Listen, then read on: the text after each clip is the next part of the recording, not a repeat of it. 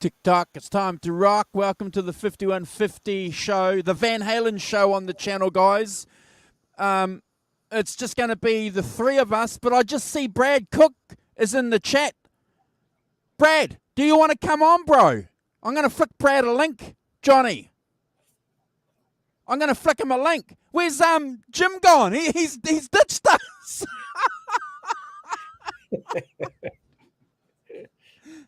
Jimmy, where are you? Yeah. Oh, he's I'm out of here. It says, "Oh, here I am." Okay, sorry, I pressed the wrong. You know what? I had two tabs open, and it was over. It was kind of like overflowing into the. So there was an echo, and I clicked out of the wrong tab. But I'm here. Here I am, everybody. Good to see you. Yeah, you guys talk for 2 seconds while I'll flick Brad a link because he may jump on and hang out with us for a little while. Hold on. Yeah. Hey, Jim, what do you think of that Kramer Beretta? First of all, it doesn't have wood screws. There you go. Forget it. So I'm not buying any guitar that's kind of like Eddie's replica without wood screws. That is the first thing I look for is wood screws. Right. It's going to be a big seller. But other than that, man, I think it's all right. I mean, I don't need one, but yeah, but you know what? People are complaining about the price, but it's Japanese.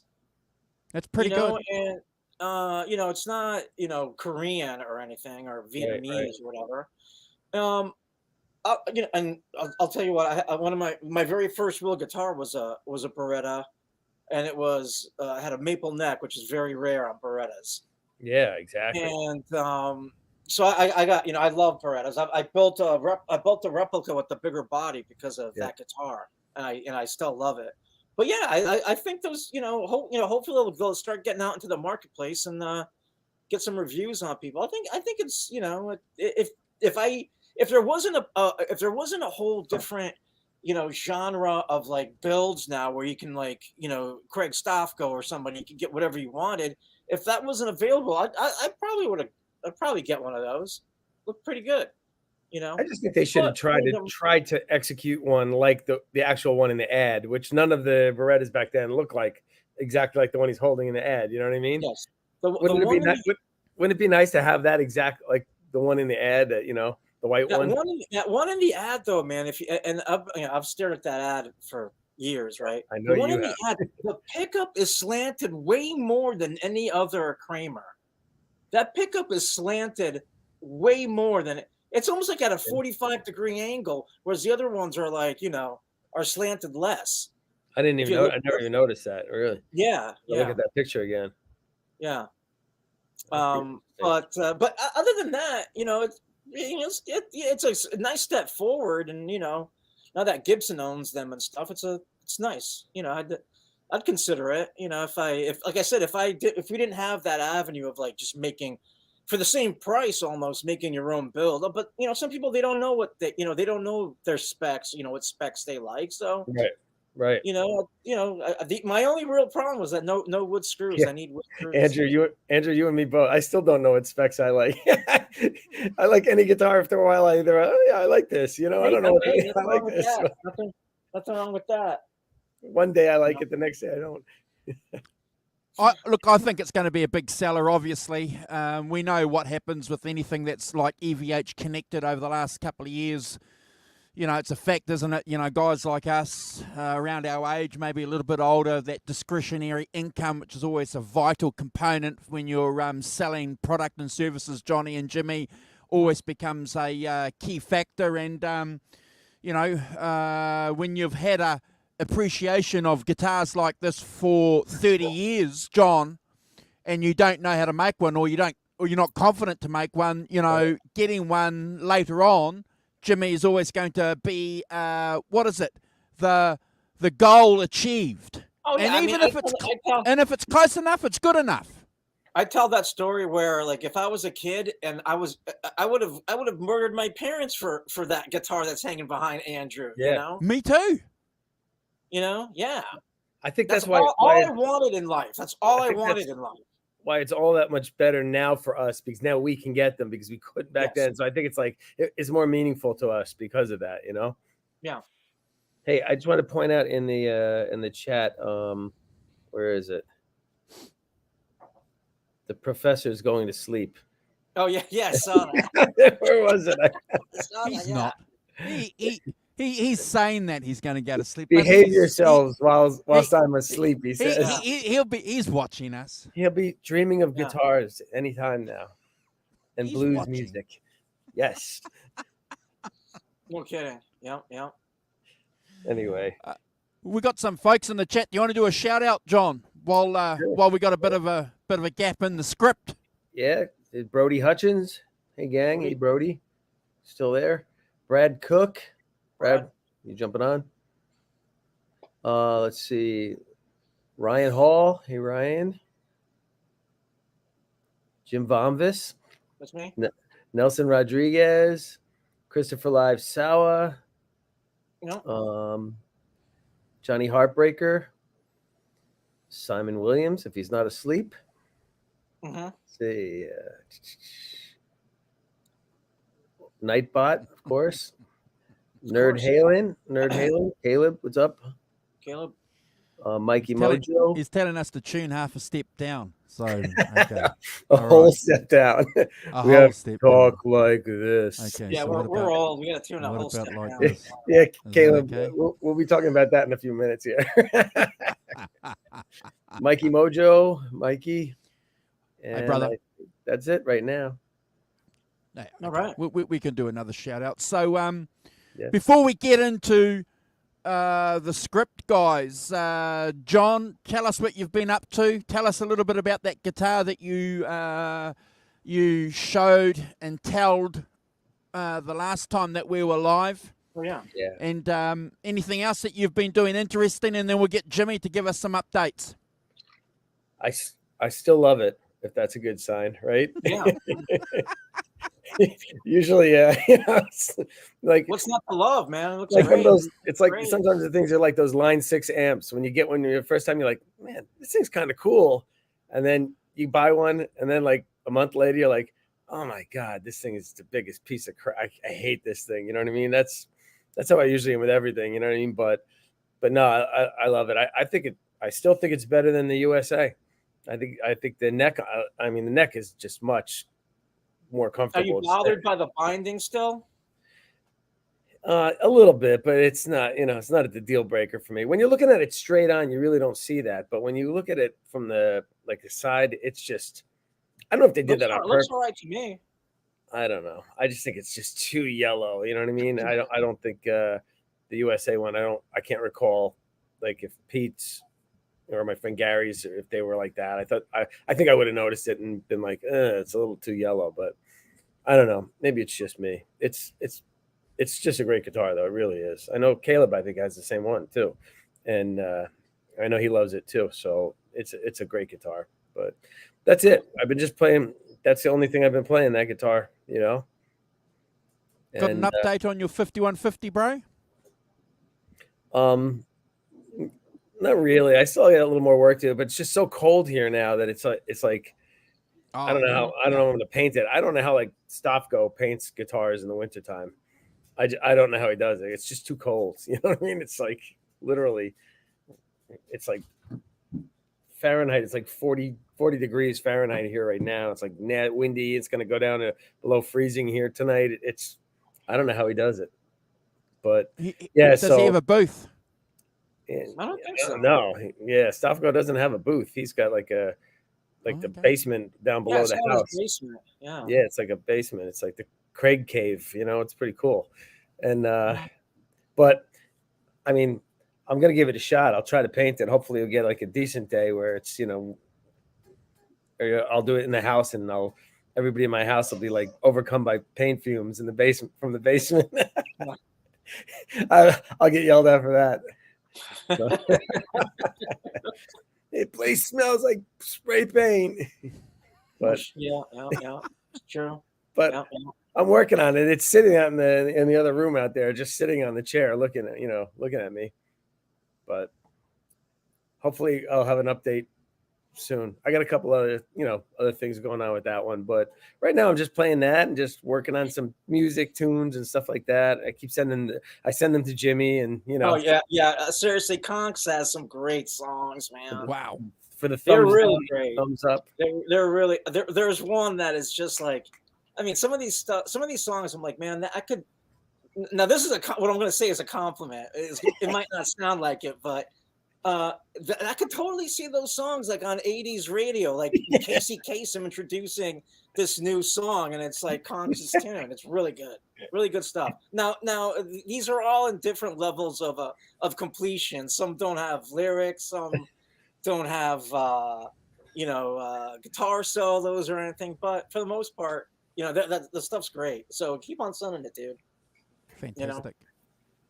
Am I home?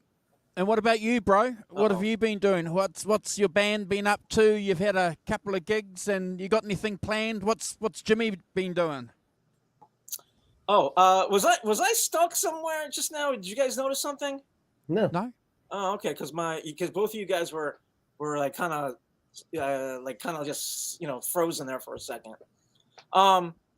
What's going on with me? I've got a gig tomorrow up near Massachusetts. I mean, in Massachusetts, near Boston. So we're going to travel up there, see how that goes. And other than that, just the same usual stuff. Nothing really much different than than our last show. This is actually my last show of the year. Oh, so we kind of take December off, and then we'll start up again in January. That's it. So any rituals that you guys perform or do on your last show for the year? Any secret insider sort of stories that you might be able to give us a bit of a taste that the guys get up to when they're on the road? No, honestly, there's nothing. Honestly, man, there's nothing crazy. We are doing this show tomorrow. We are doing 84 start to finish in the set. So we're going to do 84 in the second set. But we're kind of like gearing that up because next year is 40th anniversary of 84, right? Yeah. So we're going to start doing that. So we're kind of this is the second show in a row where we're going to do 84 start to finish. So we'll see. We'll see how that goes. We're ready for it. So I'm just it's the whole thing. Hoping people show up and stuff like. It's our first time out there in Massachusetts near. If you're in Massachusetts and you're hearing this. We're going to be at the Magic Room in Norwood. So come on out. Be great. Brilliant. Come up and say hi. There you go. And we look forward to talking with you and obviously doing more shows next year in honor and celebration of 1984. I was actually. Yeah. I was thinking that like we did another full year of shows. We're not, the year's not over, but you know what I mean. And happy to be around. Happy to have you guys. So thank you. Happy to be a part of it. Part of the team. With like Brad and Simon and all those guys, Brody sometimes, so. Yeah, we're all part of the same chaos. One thing I want to do, guys, before we get into the first part of the show, the controversial part of the show.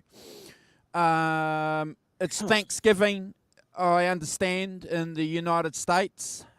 So we want to say happy Thanksgiving to all our friends who are here in the chat from the United States that celebrate that wonderful holiday. And if you're watching on a replay, happy Thanksgiving. You guys are awesome. Yeah, happy Thanksgiving, everybody, even though it was yesterday. Is it a weekend? It's a weekend for you guys, isn't it? Thanksgiving, is it a weekend or just a day? It's like a day, and then everybody has the next day off from work, right? Like today. And then I guess everybody just lays around and does nothing all weekend, right? Fantastic. Except me, I have to work. All right. So, Jimmy's ditched us again. That's fine. We're used to people ditching us, aren't we? John, the big news, obviously, and we've seen a bit of chatter online about it. The Sammy Hagar tour that's coming up with Satriani, Bonham, and Michael Anthony. Share your thoughts, bro. Please. Well, my initial thought is that I couldn't care less. I'm really not interested in it. You know what I mean? But I feel like Sammy wrote those songs too. So, and if he wants to perform them, I guess he can.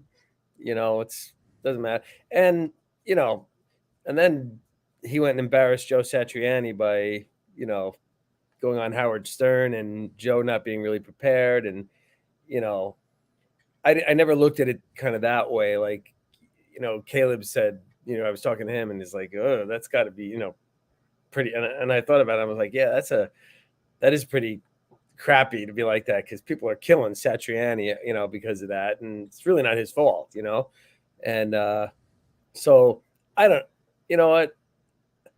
Eddie's gone. That's the way I look at it.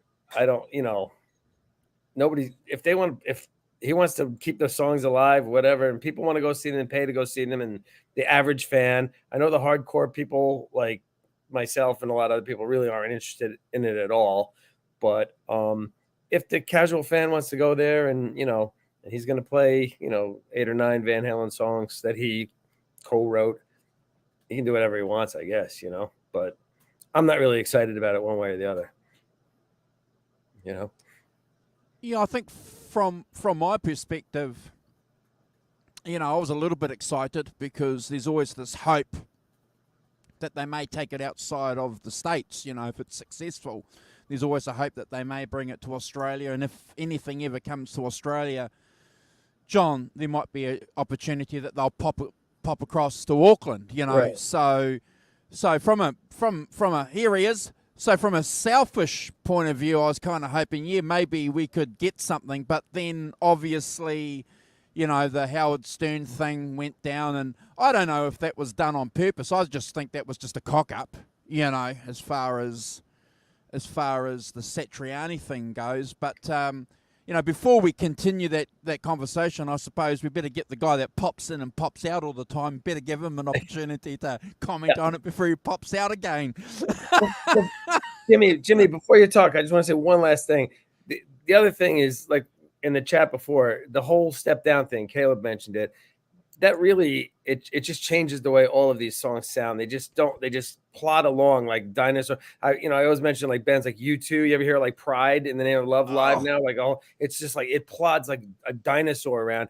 And that's kind of what's going on with these songs with that. I mean, half step sometimes, okay, you can get away with it a little bit, but when you're down a whole step, and he's obviously 76 years old, it just doesn't sound right. But if it's loud and people are drinking lots of beers in an amphitheater outside in the summertime, and it brings them back, to a good time in their lives, whatever, I guess. But anyway, that's the last part. That's like recently my singer wanted to do Dreams, and like I'm like, well, since I did do it, so I'm learning I sent some stuff to Con, so I'm learning the whole thing, and the whole time I'm like, can my guy sing this? This is extremely high, right?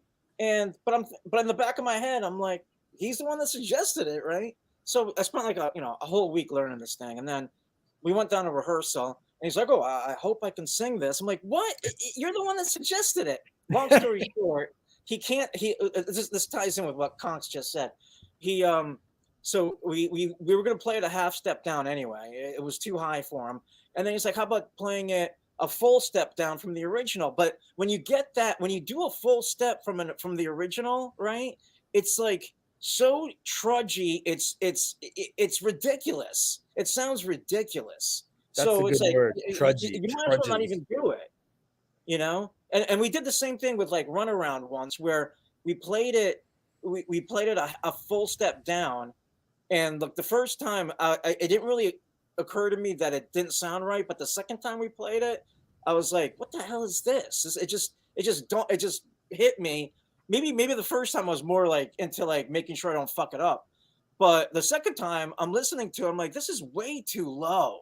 And then we stopped doing it because there's a point where you can't drop down like a full step. Right. But like Conk said, look, if there's people in the audience drinking and laughing and having a good time, I don't know, whatever. Yeah, exactly. Either way, I don't, I really don't care that much about it, but I don't know. You know what? I wouldn't want Alex and Dave and Mike to go out there and do this either, because, if they, you know what I'm saying? It's just like, I don't know. It just doesn't really interest me. First of all, if Eddie's not there, I'm not really interested anyway, to be honest with you. You know what I mean? So it's like, not even arguably the most important part of Van Halen is not here anymore anyway. So it's just like, so some people say they should just leave it alone and just listen to the records and that. That's one point of view. That's a good point of view. Other people say, like I'm saying, listen, some people want to go, they're not musicians. They just want to go relive, their youth and get drunk and go to a concert. And it's so loud that, wow, it sounds good loud. You know what I mean? You don't really tell the difference. And, I did see Sammy Hagar and Michael Anthony like 5 or 6 years ago at like Jones Beach here in New York. It's like right on the water on Long Island. It's just a beautiful like venue. It's like probably one of the best venues in the country, Jones Beach. It's just beautiful at night in the summertime, and it's right on the water. Boats are out there. It's just a great place to see a show. And so at the last minute, I went, and I wasn't expecting much, and it was tuned down then too. And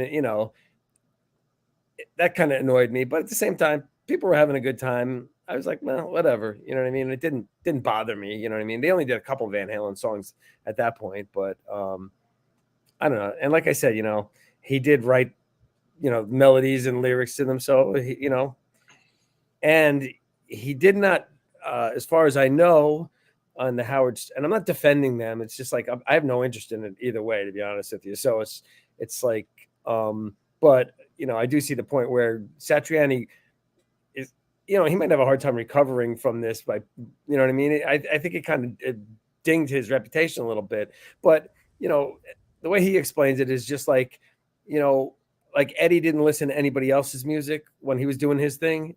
Satriani, when he was writing his own music and recording his own music, he's not listening to any other music and any other guitar. He's doing his own thing. So it's not like he's sitting there figuring out Van Halen songs, in his spare time. He's got his own stuff going on. So that's why he doesn't know the material as well as maybe people would expect him to, you know what I mean? But I don't know. That's it.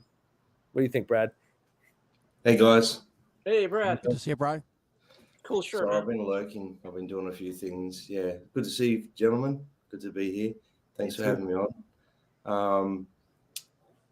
Look, I've watched the Howard Stern stuff. That's what you guys are talking about, yeah? Yeah. Look, Joe Satriani doesn't really have to prove anything, I don't think, to anyone. He's Satch, he can do. I don't think his intention is to go out there and play it like Note Perfect anyway. I don't think that would be Satch's way. I don't think he's intending to go out there and be an Eddie Van Halen clone. There's a lot of guys that can do it Note Perfect. I know that. I think they've chosen a safe choice with Satch because, they've worked with him in Chickenfoot before. I think Satch will do a good job, but he'll still be Joe Satriani. It's like when he played with Deep Purple. He still sounded like Joe Satriani. Yeah, that's a great point. And I don't think there's two ways of looking at it. I think it's pretty cool to hear someone come in and play it Note Perfect, but then it's cool to hear someone give like a little bit of their own personality and spin in what they're playing. I think that will make it exciting as well, because it'll be like, oh, that's pretty cool.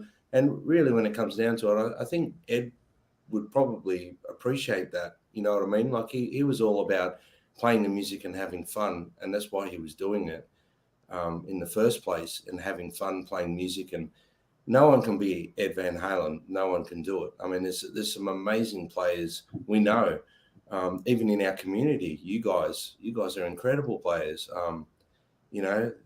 Simon Hosford, you know what I mean?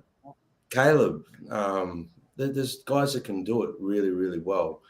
Nuno Betancourt would have been another safe choice because he's busy with Extreme. I know Satch is doing G3 again and all these things. So he's probably got his head stuck in that area of his career.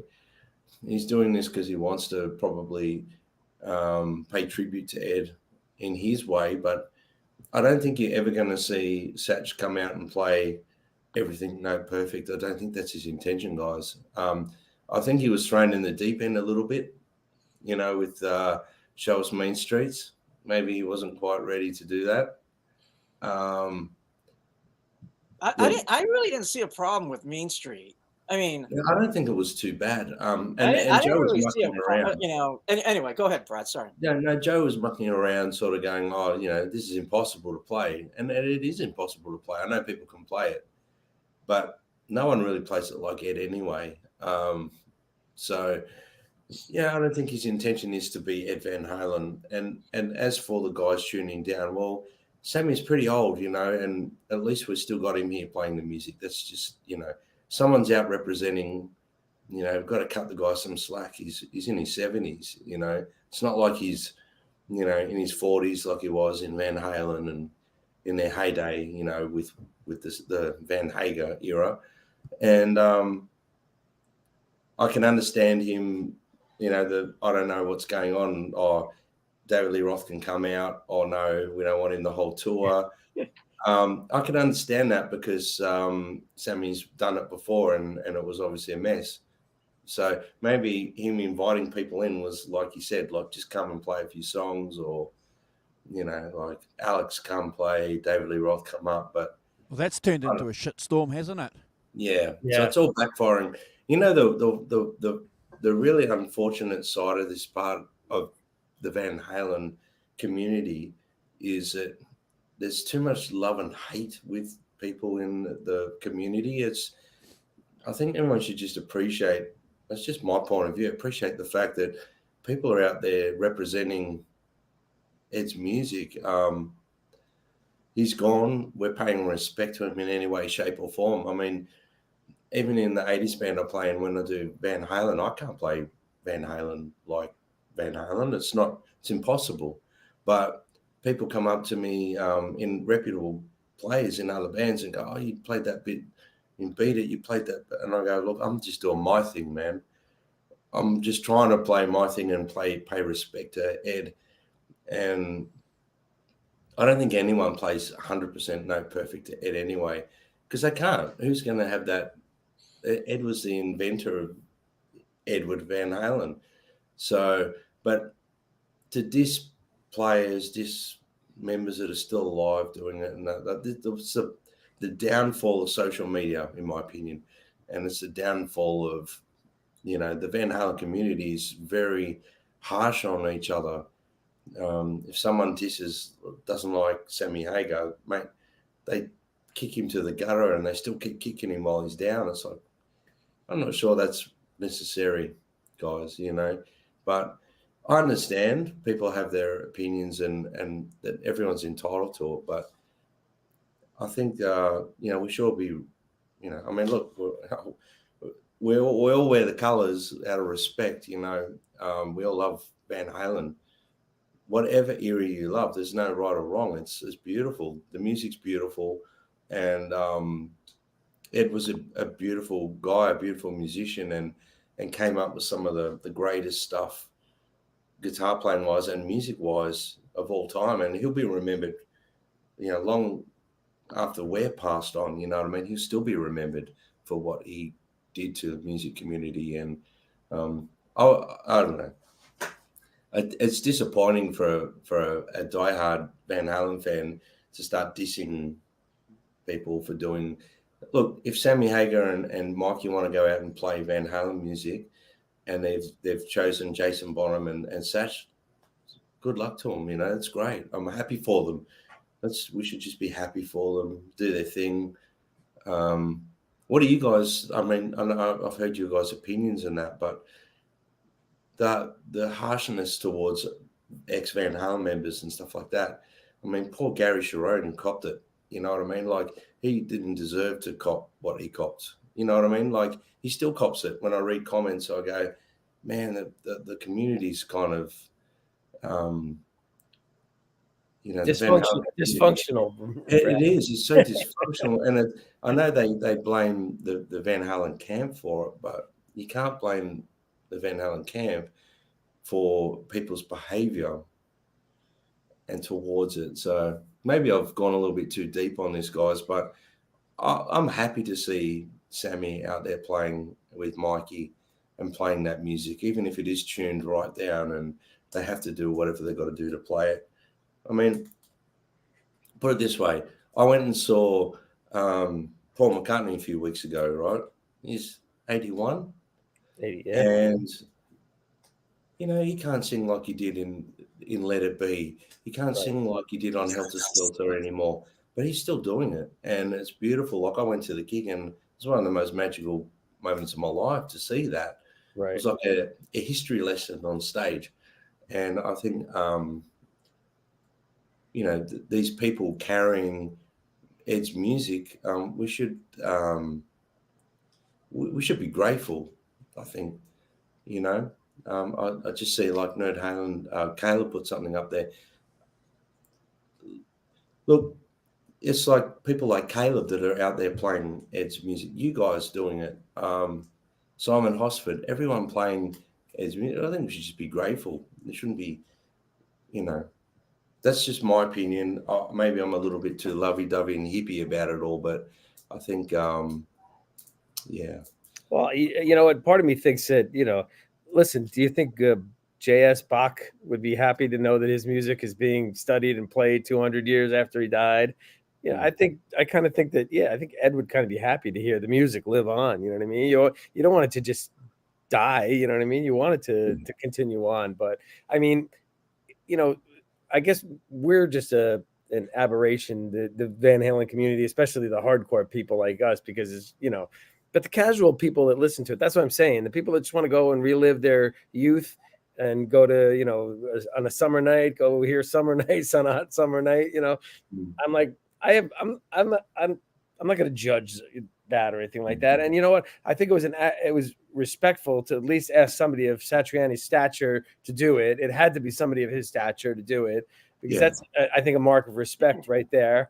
And like you said, I think Satriani will hit all the marks of Ed's solos that he has to hit. There's certain things he's got to play, you know.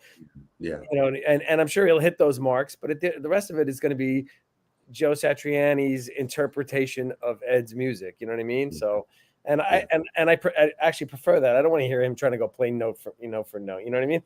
It's just, you know. Yeah. Good point, Cons. Yeah. I don't know. I hope I haven't upset anyone here. I'm pretty neutral with it all, and is what I'm saying. I'm not taking sides. I'm just like, if Sammy came out to Australia with this band, I'd go see it. I'd go pay the money. Andrew, would you go and see it if I went to New Zealand? Well, that's what I was saying. That was one of the reasons why I was interested in this whole gig, because if it was going to be successful in North America, there's always a chance then that they may take it, you know, to Australia. And then obviously there's a hope that they may skip it over to New Zealand. So purely from a selfish point of view, I had a bit of interest in it. But, you know, to see it continue and you know, watch the comments and read the comments, guys, you know, it's hilarious. You know, it's a hilarious half an hour if you want to waste time going through reading the comments and then reading recently, you know, that you know, Sammy didn't mean that Dave was going to come on the whole tour, and how that's just backfiring, and then reading comments from guys saying, well, actually, this is probably just manufactured, Jim. This is just to sell tickets, Jimmy. Well, look, there's Dave is great. Let's be real, right? We know Van Halen. We know David Lee Roth. He's never going to be on stage with Hagar. Never. Play this the day after Dave dies, and he hasn't played on stage with Hagar. It will never happen. But Dave's an effing genius. He's like, he called his bluff. Yeah, knowing that there's no way Hagar is going to allow. First of all, this is kind of like the whole Kiss, Paul Stanley, and like Gene Simmons face really thing, where they're just like, hey, Good point. The fans want Ace and Peter at the last tour or the last shows, and like this whole tour that's been going on for 3 or 4 years. Gene and Paul were like, yeah, Ace and Peter are they can come up and jam anytime. What Ace and Peter are going to be on the backstage of Madison Square Garden knocking on the door. Hey guys, I used to be in this band. Oh yeah, man, come on up and you need a contract or something, you know. Now if like Kevin Cronin is playing with those is going to join the tour with the Sammy Hagar Van Halen thing in Chicago or whatever, you don't need those are friends. But for Dave to be on a tour, he needs a contract. So Dave knows he's never going to do this. But he called, Hagar's bluff, and now Hagar's backpedaling. Now when Hagar said that, I never understood. I never took it as a whole tour. I thought that they were going to just come up and do. Yeah. But that still kind of needs a contract, man. It's like that's your band, So I never believed that.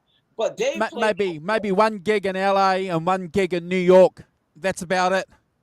Yeah. When I first heard this news, I changed my opinion of it. Really, I thought initially that it was supposed to be I thought this was going to be like the tribute tour, and I wasn't crazy about going to see it. Yeah. But then I saw the Howard Stern thing, and it changed my opinion of the whole thing. It's really just Hagar going out there and playing the songs, and now people don't need to go. You know what I mean?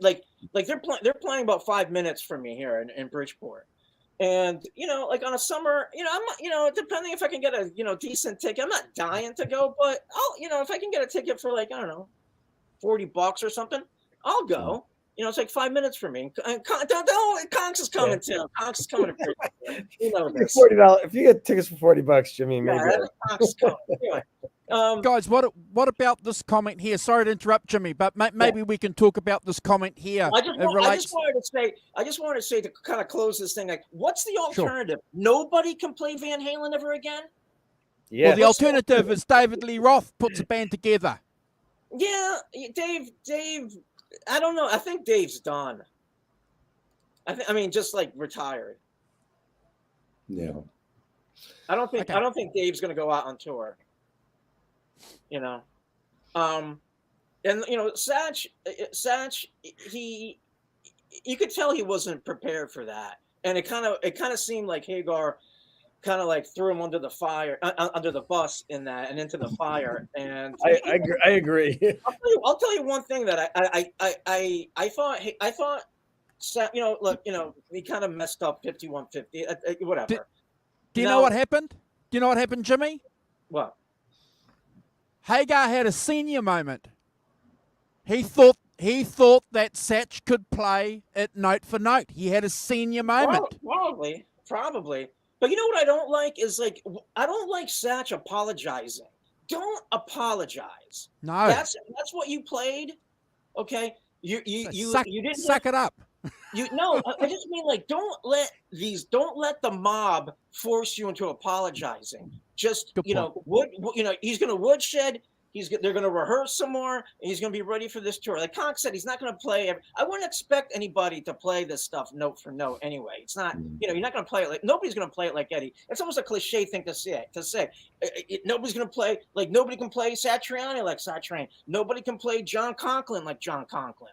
It's just a cliche thing, but it's true. But I'm kind of sick of hearing it, in a sense.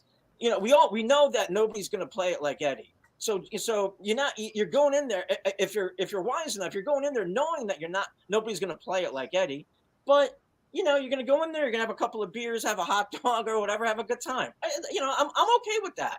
And there's that meme floating around with Hagar and that shirt, although it's, I'm sure it's Photoshop, where it says something about I'm taking advantage of Ed's or whatever to doing this for the money or whatever. But what's the alternative? Nobody can play Van Halen anymore. Yeah, no, because the mob says so, Jimmy. Yeah. Anyway, so that's but going back to the whole Dave thing. Dave just played it great. Man. I've got something to throw out to you guys. A question.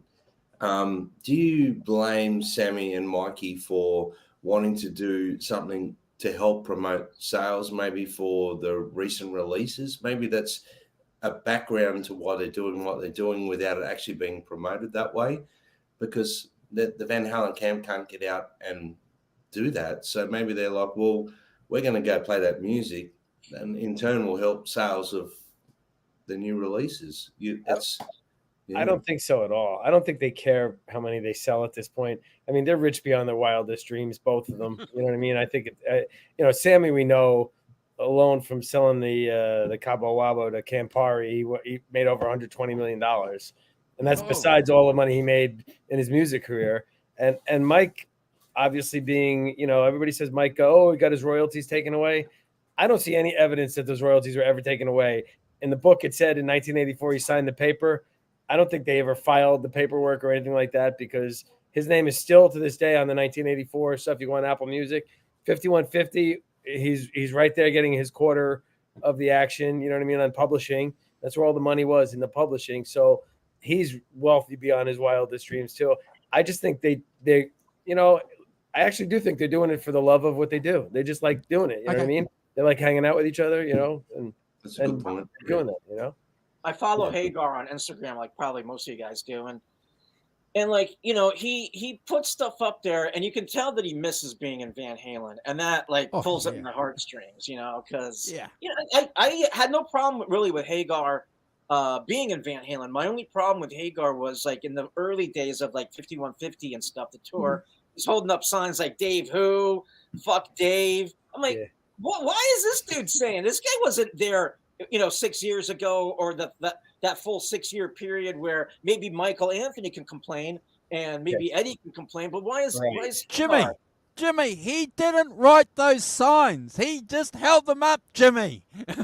I think probably more of a point of just like, because of the bashing that was happening probably at the time, it was his little rebellious way of saying sticking his finger up, maybe. I don't know. That just bothered me, because this is in 1986, and it was Dave was fresh out. But what I mean is, like, I never really had a problem. I love 5150. I loved 812. I loved For Unlawful.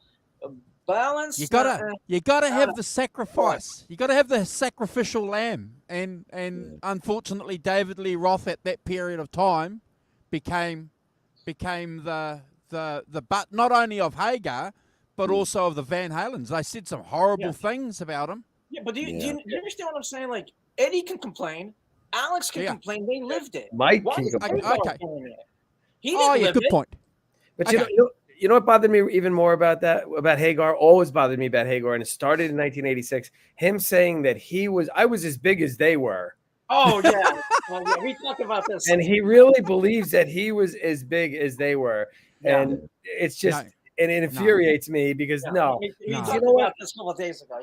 I always say there's a level when at musicians or whatever they reach where they become part of the public conscious. No matter what age you are, them. Your 70-year-old grandmother say, "Oh, I know that song Jump" or something. In 1984, Van Halen crossed over from just a rock band that had their own fans and stuff like that, or rock fans. They crossed over into they were almost like cartoon characters. You know what I mean? It's like they hit that level and everybody knows something about Van Halen. Oh, they wear the crazy outfits and stuff like that. Anybody all over the world. I remember some guy saying he was in like on a canoe or something in Indonesia, like a taxi, and the Jump was playing on the thing like that. And he's like, wow, I'm in the middle of Indonesia and, nowhere on a thing, and Jump is playing here. So Hagar never, I don't even know how he can say that. Hagar has said himself, I was telling this to Conks, there's video of Hagar saying that he was never that big in the Northeast here in America. He would play like the Midwest and, like Chicago or whatever. Detroit. He was big, right? The words came out of his own mouth saying that he was never really big in the Northeast, and he really wasn't. I'm around here, so but for him to say that again, you almost have to take it with a grain of salt, because he was being interviewed by Dan Rather, and like, what's he going to say to Dan Rather? You know what I mean? Yeah. But good point. But then again, Hagar's story seems to change. He thinks his albums have outsold Dave's, which is complete bullshit, right? is that whole Yeah. catalog hasn't outsold the first album and the second album. I mean, the 1984.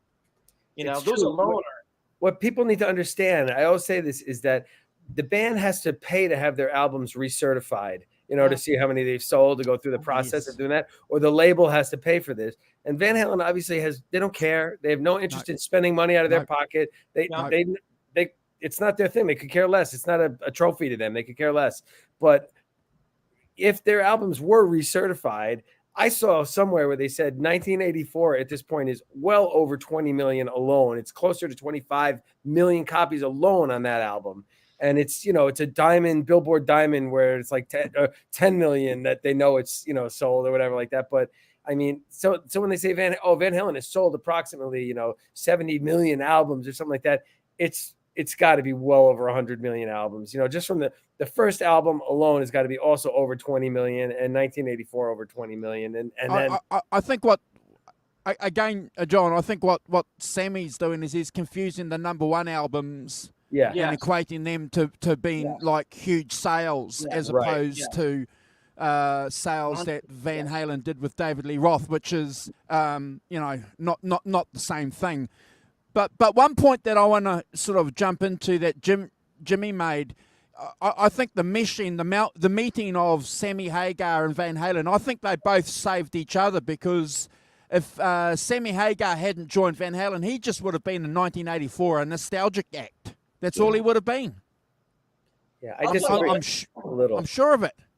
I was there so it's 1985, and like we find out that Dave's left Van Halen. I was like, but then I saw I saw Hagar, and at that point you can't escape Hagar. He's got I Can't Drive 55, all this stuff, right? He's on MTV, so you're like, okay. And I'll tell you, man, like that Farm Aid thing that they did, I was like, whoa, this is pretty cool, And then they released Why Can't This Be Love, right? And I was like, even though it started with the keyboards, I was like, whoa, this is effing good, right? And I loved that Eddie was happy, and I loved that I had a Van Halen band, and that album was friggin' great, right? That album was freaking great. So, and then I also had David Lee Roth with Eat 'Em and Smile. So I kind of had maybe two type of almost I had one real Van Halen and one 99% Van Halen, meaning Dave's. And so, like, again, I can't stress enough. I'd never been a Hagar hater, right? But you can't mistake the magic of the first 6 albums. I mean, that's Dave. I mean, that's Dave was the one that kind of I'm not even sure. I mean, Eddie's talent is unmistakable. They probably would have came out of that with some other singer, but Dave was the one that like really, that's what he contributed is like that gusto and that drive to get these guys signed. And like, he was nervous that Gene Simmons didn't like him and wanted him to be replaced or whatever. Right. And that drove him. And then, Dave ended up taking over.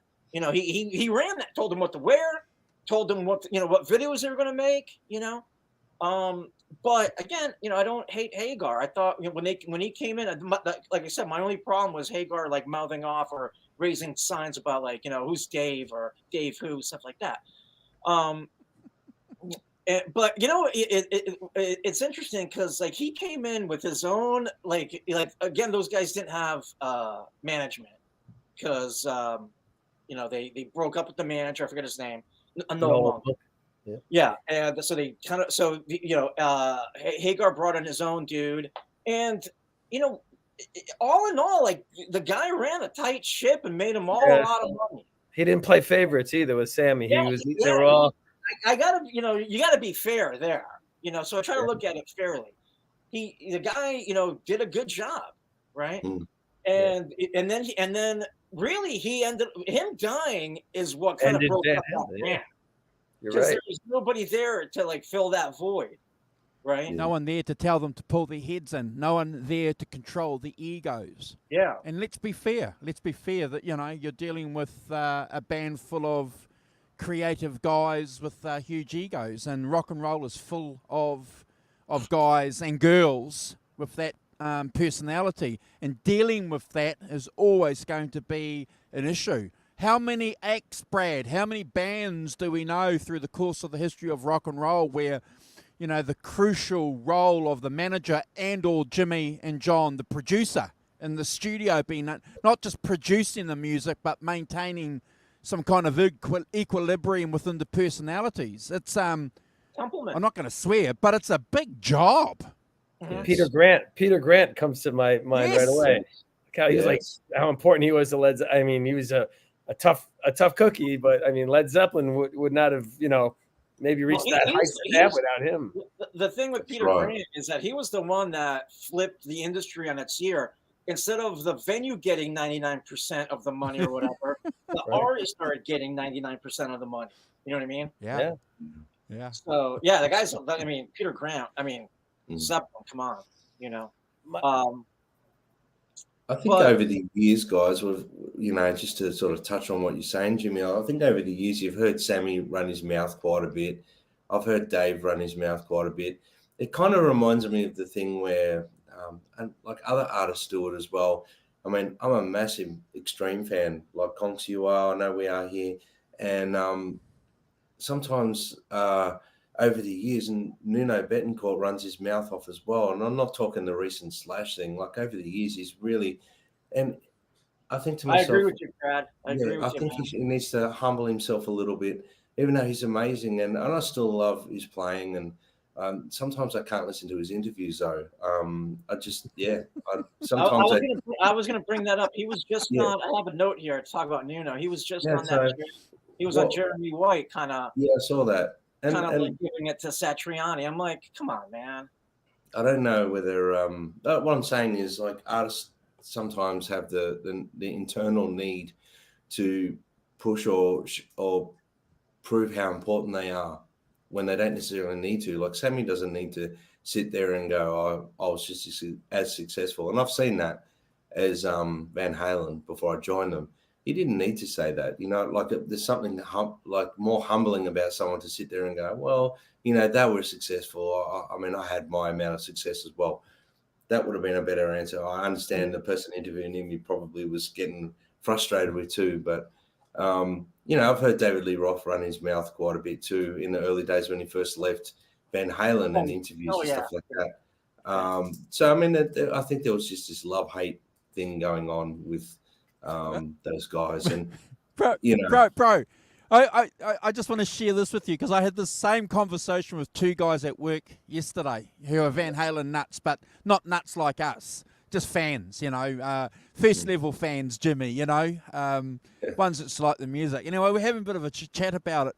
And I think one of the points one of my mates brought up about the Dave and Sammy thing, and it's like we've all worked with some dude at work who's the laziest mother ever, and he's the dude that always goes around and he tells people he's always working hard. He's working his guts out, man. I'm working my guts out, and like, wow, you know, and we all know that he's just this lazy dude, and yeah, you know, he's just good at the bullshit. And I just think that Sammy and Dave are those dudes, you know. They'll be the lazy, but they'll tell you, man, I'm out there, I'm doing it, bro. Doing it. Yeah. I think that you know what? I think that controversy between them has kept Van Halen's name in the press, and even now, after Eddie's dead 3 years, it brings them to the top of the. You know, you see like what's trending. Van Halen is trending. It's still carrying on. I think it's actually worked to their advantage. All this chaos over the years. But any press is good press, Conks. That's what always have in the industry. Exactly. You know? Exactly. But yeah, I think it's in all fairness, I think it's just really cool to see these guys, and I would love to see Alex out playing as well. It's just I'd love to see, you know, these guys out playing and doing what they did. And after all these years, Van Halen's music is still relevant, and it's a testament to Ed. You know, he's playing his music the way he wrote the songs. Whether it was with Dave or whether it was with Sammy, they're all Ed's songs. You know, it's all his music, and I think we should show more gratitude in that. Like, these guys are out doing that, and they're serving Ed's music still, even though he's not here. So, I say well done to them, regardless of, how well they're doing it or not. Well done, because it's a big feat to go on Howard Stern, yeah, Oh yeah. and play Van Halen music, like Early in the tuned morning. down. Sammy's voice is not what it used to be, and we all know that. It's no secret. He knows that. He's even saying it. How long can I sing these songs for? I don't know. Yeah, right. At least he admitted that. At least he did admit that. I can't sing Dreams the way I did 10 years ago. I just can't do it anymore. Yeah. But, so he knows, and what he sung on Dreams, for example. I mean, he can't do that now. There's no way, and he knows that. But I think, like I said, I would love to go and see it just for the fact that I'm getting to hear that music played live by a couple of the guys, that were in Van Halen. It's great. That's also a great point that Brad made right just now. It's like, why are we fighting and like complaining about this? There's guys like where Brad is in Australia or whatever that cannot see this. They want to see this, but they cannot see this, right? Because it's not going there. So let's just be grateful. That's kind of like what, when I first, like I said, when I first saw it, Ask Cox, I kind of said, I'm like, dude, I didn't have a problem with it. I was like, it just wasn't for me. It kind of like how when they did that Sam and Dave tour back in 2002 or whatever, all my friends were like, yo, man, you going to go? They all went. I'm like, no, there's no Eddie. There's no reason for me to go. And I wasn't poo-pooing it. It's just not for me, right? Yeah. Please. And I used to tell people, even for this Hagar thing, please go. If you want to, I'm not telling you not to go, but I kind of changed my mind about it. And, it's, those guys have a legitimate claim on those songs. And and really for me, the bottom line is like, what? Nobody can play those anymore. That's really the bottom line for me. What? Like nobody can play Prince songs anymore. Nobody can play insert, Dead Rock Stars catalog anymore. Those Don't songs, give them ideas, Jimmy. Don't give them ideas. Let those songs live, Yeah. Real quick, I wanted to give a shout out to my buddy Louis Costa, who lives like 5 centimeters from me. He sent me a text a couple of days ago that he's in the new Guitar World. I think, if I remember correctly, Chris Gill interviewed him for Fairfield Guitar Company and the straps and all that. So, kudos, and I got to find that issue and read up on it. So I think it might be the one with Wolfgang on the cover. Yeah, it's the one with Wolfgang. Yeah, it's the one with Wolfgang. Mikey did a quick little video. He either did the video or he circulated on his Instagram. So, guys, we've spent an hour talking about the quote unquote reunion concert. So obviously there's going to be a lot of opinions and a lot of thoughts and a lot of impressions Brad, Jimmy and John spoken over the next couple of weeks, and no doubt we'll come back, folks, and add some more of our collective thoughts on that. But the next part of the show is a bit of a chat and a celebration about something that I know meant a lot to us when we were young and growing up. So Brad, because you're the last on board, I'm going to get you to we'll go and do a round table.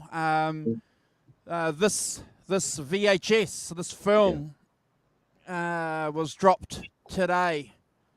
I know that we've been fortunate on the channel to do at least half a dozen shows talking about this wonderful production, but we'll never get tired of it. Not enough. Yeah. So Brad, usual story, bro. Tell us your thoughts when you saw it, how you got it. Then we'll get Jimmy and then John, and obviously the cats in the chat too. Share us your thoughts with this wonderful production. Well, guys, I mean, it's exactly what Jimmy was saying, that like us guys here in Australia never really got the chance to see Van Halen. They wouldn't come here. They came here with Gary, and then they came here again later with David Lee Roth, with Wolf in the band. But so for me, there was no internet, there was no YouTube, there was no way to get a visual and a capture the moment sort of vibe of being there other than Live Without a Net. So when I had that and I put it on, that was like my go-to every time I wanted to listen to Van Halen. I would put that on rather than listen to the CDs that I had, because I wanted to hear the energy and the liveness of the performance. So for me, it was really important. I mean, it was a massive release for me because we weren't able to watch anything else. I don't really have anything else to watch on Van Halen until obviously the carnal knowledge era, and then things like that became more out there. The internet started to become more relevant. There was more footage leaking, and you could see that. But as a young guy learning guitar and watching that and realizing how impossible it would be to become that player, and how much I loved and admired those musicians in a live sense. So I was, just starting to learn to play guitar around the time that I got Live Without a Net. And it changed a lot about who I am as a musician. I realized what I couldn't do. I realized what was unachievable as a musician, because it's someone at what I would call next tier level musician across the board, guitarist, songwriter, whatever. But for me, the DVD is very important. I used to watch it all the time until Right Here, Right Now came out. That DVD set came out as well. But guys, I mean, I don't know what you guys think about it, because you were more fortunate than us here in Australia to go and see them, even with David Lee Roth and things like that. They never came here. It was a really disappointing part for a Van Halen fan to say, I've never seen them live. So it was like it was like a blueprint for us of what you guys were probably copying on a live basis, yeah?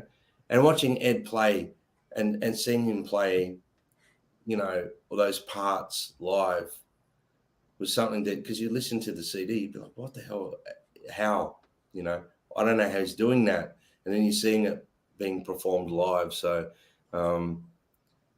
it became like one of those things that I'd watch weekly, monthly, weekly, monthly. It would be one of those things I'd watch all the time. Yeah. Yeah, a friend of mine sent me this clip, because it's kind of like a running gag of how many times we've watched Live Without a Net, and he sent me a screenshot. I think it was the day before. I think it was Wednesday, like day before Thanksgiving here. And it's like 8:00 at night. He's like, hey, you sent me a screenshot of Live Without a Net, and he's like, guess what I'm watching? And I'm like, yeah, I got you, dude. Yeah. I But mean, yeah, look, the thing was, I mean, it was exciting, and how energetic the band were with a new singer was like, it was like cementing how important Sammy was for them to move forward without Dave. Yeah. I mean, like, I was kind of saying this to Andrew in the green room that, like that show was filmed like 30 minutes from here in New Hampshire. But I didn't go to, there's, 2 shows. I didn't go. I saw them. That was like August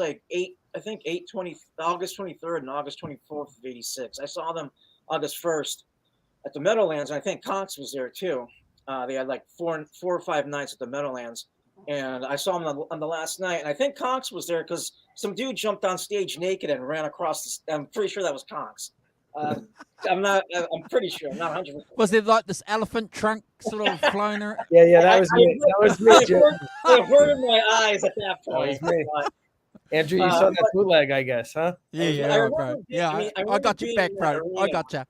It just speaks to like what Brad was saying. Like like some people had seen Van Halen before. I wasn't that lucky. That was my first Van Halen show, 81-86. So when Live Without a Net came out, I forget how I got a copy. Like did I borrow a copy from I honestly can't remember, but I remember at that time in 86, my parents had like this restaurant at the mall, and I had my copy, and I could not wait to go home because.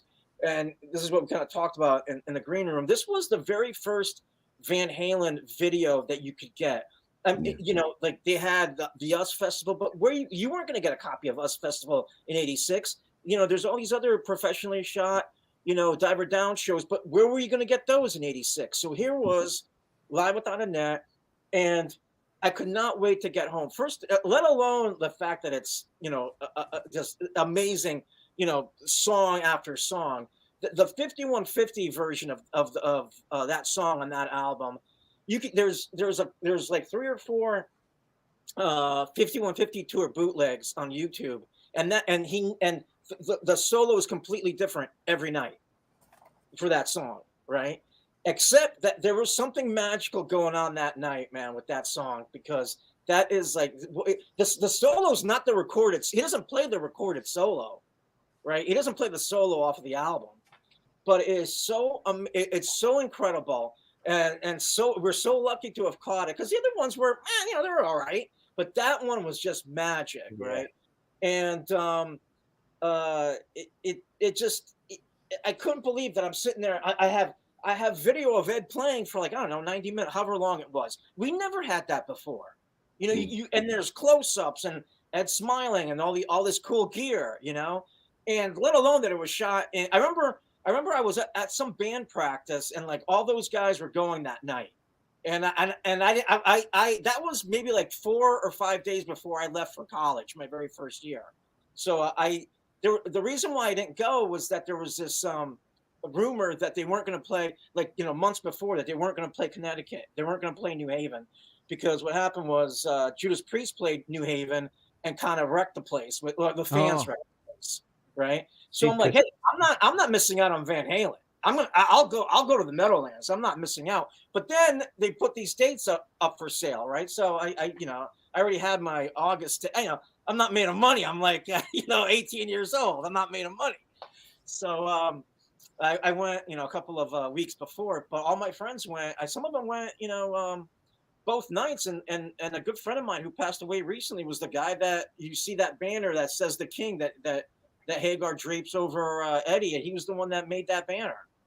And could you imagine you're seeing Live Without a Net, and like he wasn't the story with that thing, if I can say it again real quick, was that he threw that banner up the first night. He didn't go the second night, so he threw that banner up, and they took it. And then so when he's watching Live Without a Net, they bring out the banner. Mm-hmm. Could you imagine that's your banner and it's on Live Without a Net? Oh my God, the guy's a legend. Jimmy Nash, man, I love you, dude.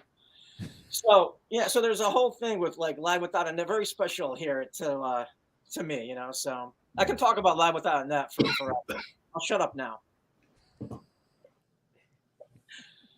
John, your turn. Your thoughts, impressions of getting it, and give us your story, bro. Yeah, I'm trying to remember if I went to every night at the Meadowlands or 3. I think it was 4 nights, Jimmy, was it? And I think I went to 3 out of the 4 nights. Yeah, it was 4 nights. Wow. Yeah, and I sat in all different. I was set up in the nosebleeds, and I was right up where in front of like the barrier. You know what I mean? So I got lucky. So I got to see it from many angles and a lot. I had seen Van Halen before. I had seen them with Dave. That was the first time I saw them. But I was just as excited when it was like palpable. I mean, they were just so happy, and you could kind of feel it. You know what I mean? That they just were like, yes. They were like really happy, like to play, and you could just see it. I mean, you could feel it coming off the stage. But it was just magic. It was amazing because when you think about it, they just basically played the whole 5150 album almost. You know what I mean? And a couple, older Van Halen songs and a couple covers. You know what I mean? And it was just like, but you didn't really miss it at the time. I didn't really miss, not hearing a lot of the older stuff at the time, because in a way it was like a new band. You know what I mean? It wasn't like I didn't really want to hear Hagar singing, any of the older Dave stuff, to be honest with you anyway, but that's a good point.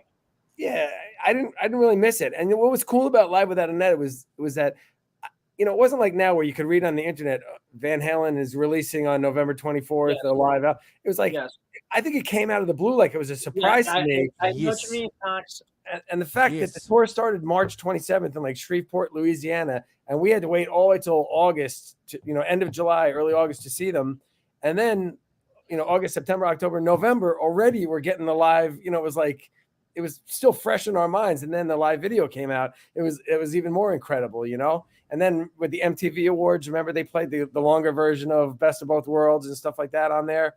The actual version they played in New Haven, where they do Addicted to Love, and then remember by Robert Palmer in the middle of it, they would do that in there. So that was cool. I'm sure that might be on the internet too. The MTV Award version of it, where is the longer version. But one of the best things about Live Without a Net was when they did that Play It Loud at the Metropolitan Museum of Art here in New York. Was when you walk through the display and everything like that, and you see all these iconic guitars, and then you walk into another room, and it's basically a giant projected on the wall. People are sitting on the floor, and you go in, and it's Eddie's solo from Live Without a Net, and it's the end of Eruption with the tapping part, and it was just like, it made me like very proud to be a Van Halen fan, just to sit back. I actually filmed. You're not supposed to, film with your phone in there for some reason, but I still filmed it because it was just like seeing people that I knew weren't Van Halen like fans, but just sitting on the floor, just watching, that part where he's doing the tapping part on there, and just like glued to it, like people just standing there and just watching this, like, and I was like, I thought that was really like a cool moment for anybody who was at that and watched that going on, especially if you're a hardcore Van Halen fan. It was very cool. And then you walk into the next room, and Eddie's old amp setup and stuff was all in there. But I just ran inside it and dug this out. This is the 5150 tour book.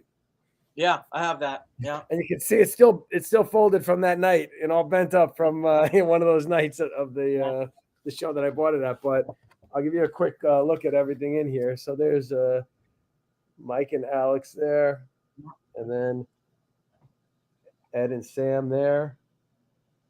You're going to come up to my favorite picture of the 5150. Yeah, I love that picture. That's one of my favorite pictures of the guitar of the 5150. Yeah. And then I used to stare at. Yeah, there you go. There it is. I have that right here. I used to stare at that for hours, man. Yeah. Great one, yeah. Wood screws. That was always one of my favorite shots right there. I was like, that's a killer shot with the guitar. Yeah, that's my favorite shot. Yeah, yeah. And then a couple shots of Ed. Yeah. You got the 1984 there. Yeah. Yeah, the 1984 is right there.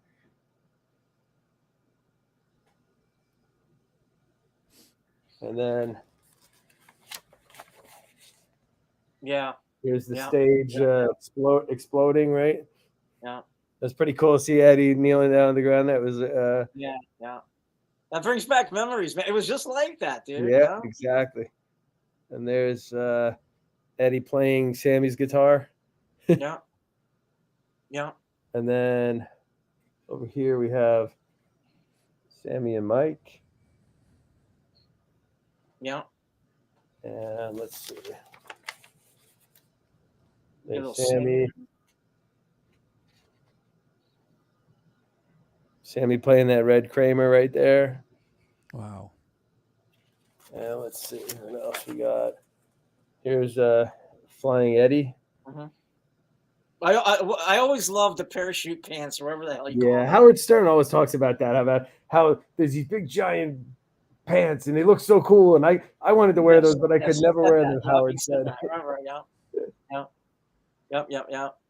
Alex, Mike, and then did you hear the story about Eddie calling Howard like so many times? Yeah, that's an interesting thing. Yeah, it was during those bad years. Yeah. Yeah.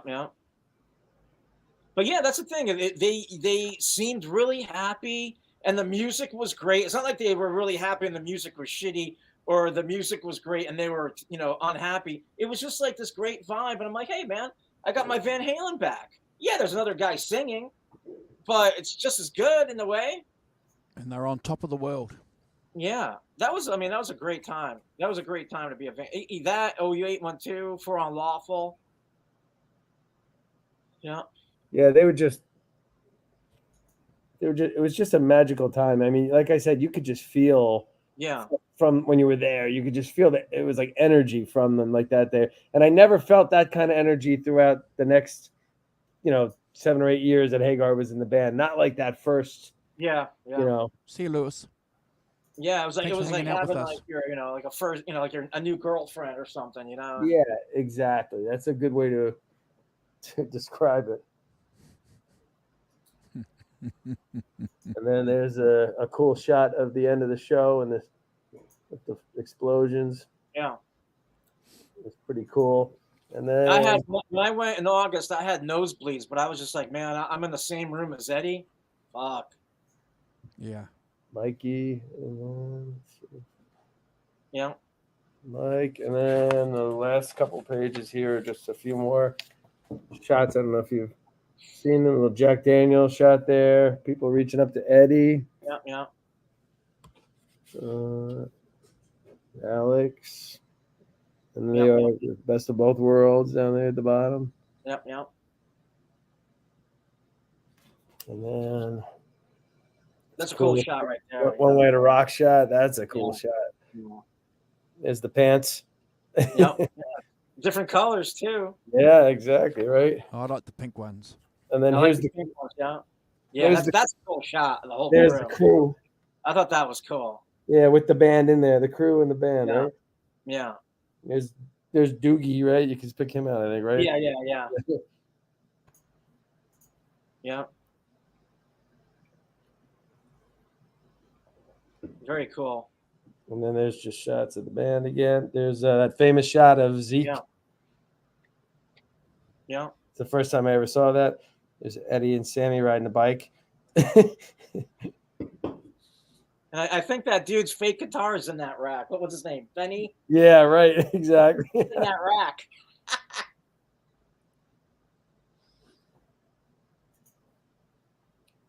Yeah.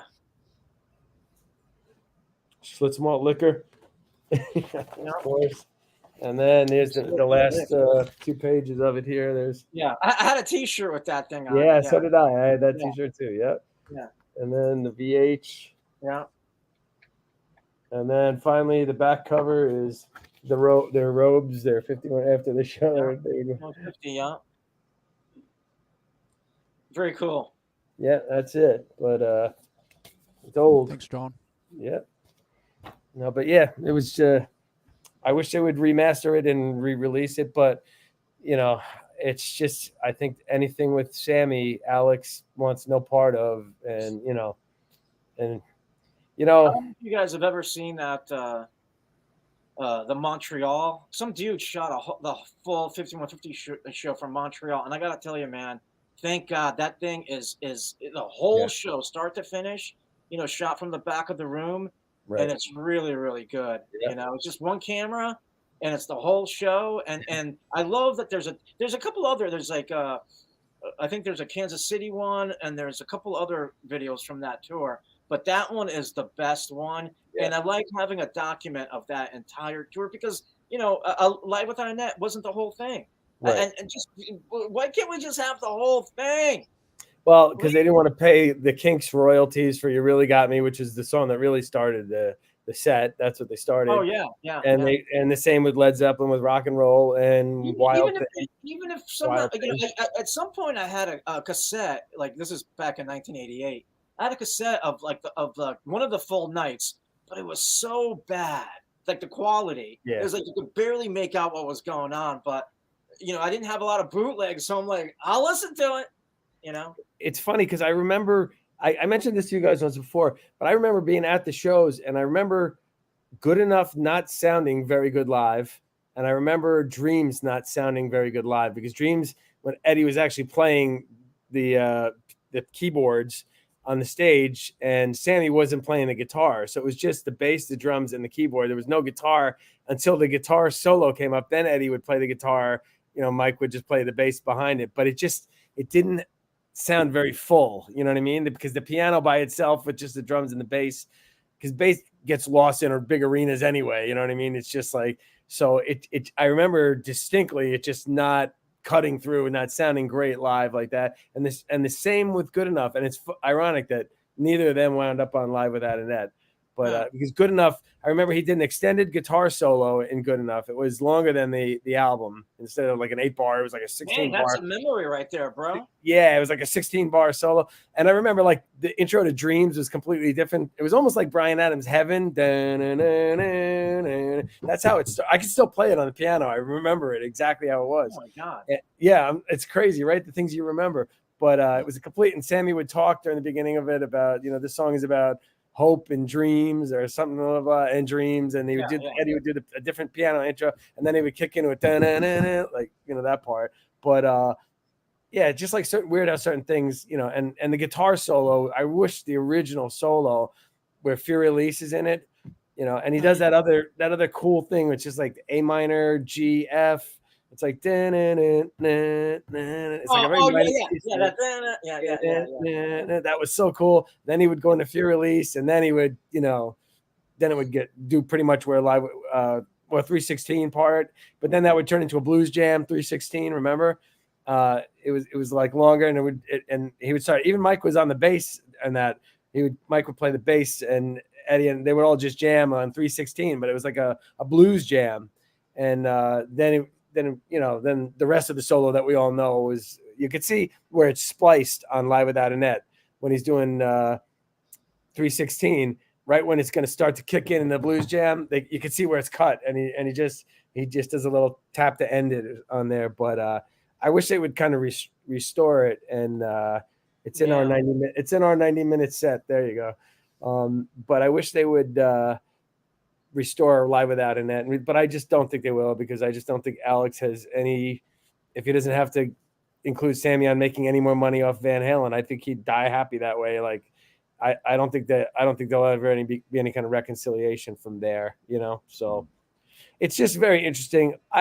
My whole theory on Van Halen is like, it had to end when it did with Dave, because I always say it's like a comet. It just burned brighter than anybody else, and and they accomplished in an 8 or 9, 10 year period what some bands in 40 years don't accomplish. You know what I mean? It was packed into like 8 or 9 brilliant years, and they just burned so hot and so bright, and they just crashed. Mm-hmm. And it had to crash, because I often think of it as like, well, where would they have gone after? Okay, I almost think that they said whatever they would have really had to say with Dave, and it was all quality, and it wasn't like filler kind of crap. And I just feel like, they were going in different directions. Music was changing. Eddie was doing a lot more keyboard stuff. I just don't think that would have worked with Dave.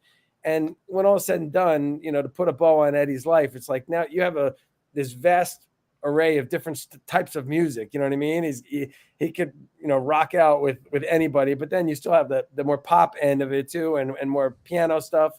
So I really think, his whole portfolio of music is like, it almost had to work out this way for him to express everything that he had. John, I agree with you. And let's remember this, or acknowledge this too, folks. And it's probably something I think that's probably come to us over the passage of time. Dave wanted to go too. Dave wanted to go. Dave wanted to go and do his own thing. Yeah. Well, you know what? The weird thing is, the thing that kind of haunts me a little bit is like in Greg Renoff's book with Ted Templeman, Ted thought that, he didn't think it was serious. He thought, oh yeah, they're going to fight. They'll fight for a month or 2 or 3 months, and then they always get back together, and they fight, and they'll work it out. But I think when he saw Sammy come in the picture, and Ted loved Sammy and worked with him, but it was almost like, I feel like Sammy was almost an opportunist. He's like, oh, this is going to be good for me and my career in a way. And, when you hear Sammy talk, no offense to Sammy, he doesn't come off as the brightest, smartest guy, but it's just like, he's a cunning kind of guy, because look how he did with that, the tequila and the club, which they resented him for too. That was another thing that broke the band up. You know what I mean? It was right, in that same era where the manager died, but they feel like he told them that, hey man, the club's losing money. I feel bad. I got you guys into it. I'll buy you all out, which he did. And then all of a sudden, sniffing an opportunity, bro. Right. Miraculously, a year or 2 later, the club is like booming, and now he's starting his own brand of tequila. And they always resented that. You know what I mean? And, the impression is with them is that they never hated David Lee Roth the way they hated Sammy Hagar. And I remember that is true. Yeah, that is true. No, because you know You've why? said that before, and you're right. I feel like you're right. Because Dave was like a family member, like the cousin that you just get pissed off at your cousin. And apparently Come back next year. and it was never ever about money with David Lee Roth. Yeah. And with Hagar, it was always a money type of thing like that. And I think that's why Roth, was easily more forgiven than, believe it or not, in the end, because they grew up together and it was never about the money with him. It was just that he was a complete, asshole to them, really. You know what I mean? So I think that with Hagar, it's much deeper and I don't think that's why I don't think Alex has ever contacted him. And he knows that. I think he knows that too. But, that aside, they did make some great music in that time. But I do feel I'm happy with the way, I don't know, I'm happy with the way Mark 1 of Van Halen ended and then the second picked up, because I feel we got to see a lot more of Eddie than we would have, and I do feel he might have been a little more restricted with Dave, because Sammy did have a great range and he could sing amazing. So, and they made some great music. So anyway, that's my. What's going to happen with a different kind of truth? I don't know. That's a tough one, because Roth's blocking it, I guess, right? He doesn't like it. I don't know. What do you guys think about that? I don't really have an opinion. I never, and I remember when that album came out, I never warmed up to it. I don't know why. I was expecting, I don't know, like I was expecting like the world to stop because there's a new Van Halen album, but it didn't really do that. And there's good stuff on there. So one of my guys the other night was like, "Hey man, what's that song? Forget, it's off of that album. We should do that again." But like we played one or two songs off of that. Nobody really, everybody had like blank stares. Nobody really. She's the Woman. Nobody really knew it. You know what I mean? And I kind of feel the same way. Like, I mean, I don't.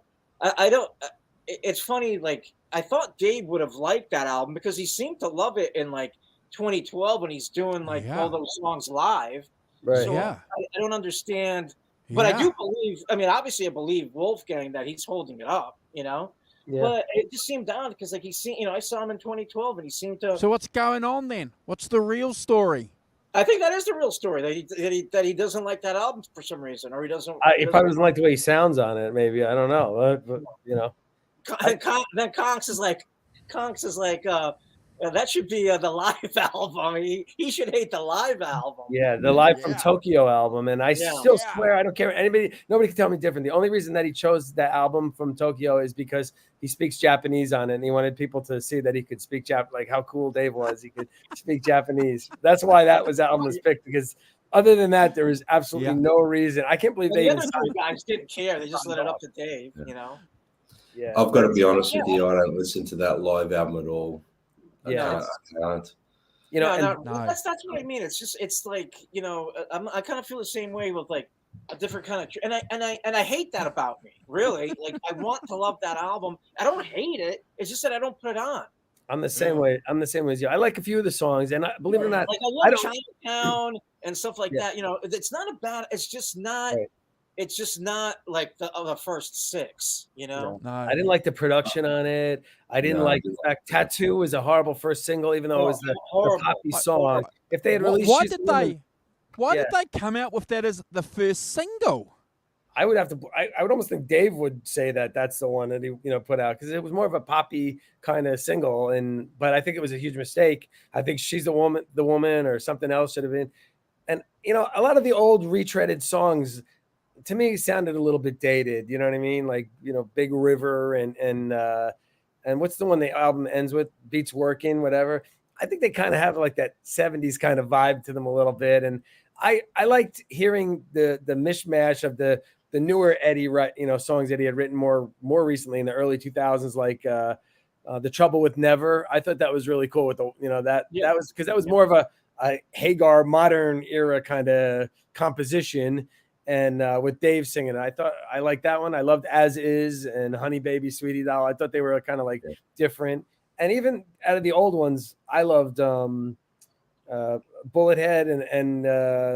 Out of Space. Out of Space, I love it. I think that's better than the original demo, that one. But I don't know.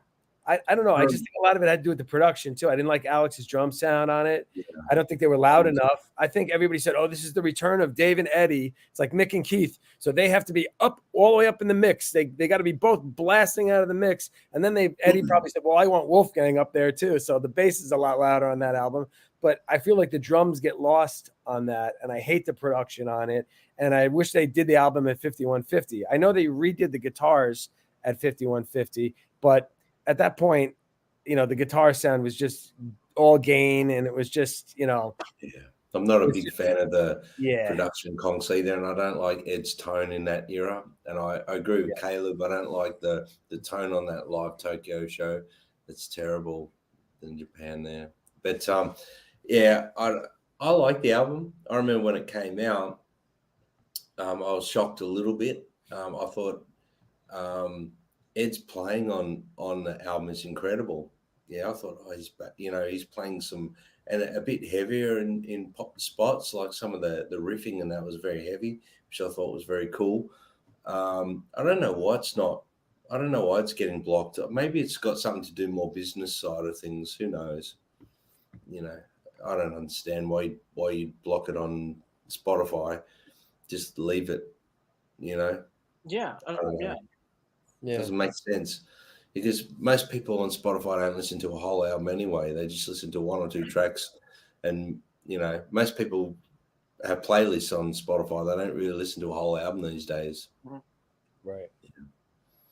Yeah. Andrew, I've got a question for you, mate. Live Without a Net, without going backwards, you didn't give us your spiel on what it meant to you and the first time you really heard it. Oh yeah, man. Yeah. I'll give you one scenario, and we discussed this on one other show, but I didn't give you guys or didn't tell the people part 2 of the story. So anyway, I get invited to a mate's place to watch it. A guy called Craig Brown. Anyway, he's got his girl. He said, my girlfriend's coming, so bring your girlfriend. And we're going to have another guy there called Richard there who's just dumped his girlfriend. And, we're going to have a few drinks. And we're going to play this new Van Halen VHS that I got. And I said, yeah, man, I'll be there. So I took my girlfriend. I go, And they're like beers, and then, chicks. Yeah. I'm there. And then Craig's there with his girlfriend. And so we're watching it, guys, and it's like, wow. And these girls are talking because they're not really into it, and it's so I didn't realize this, but I was actually practicing mindfulness way back then. I was really good at it. I could block out all this shit and focus on something in front of me. I'm sure we all could. So I remember watching this. Anyway, it was time to go, and I went up to my friend Craig and I said, I'm not fucking leaving here without that VHS. Yeah.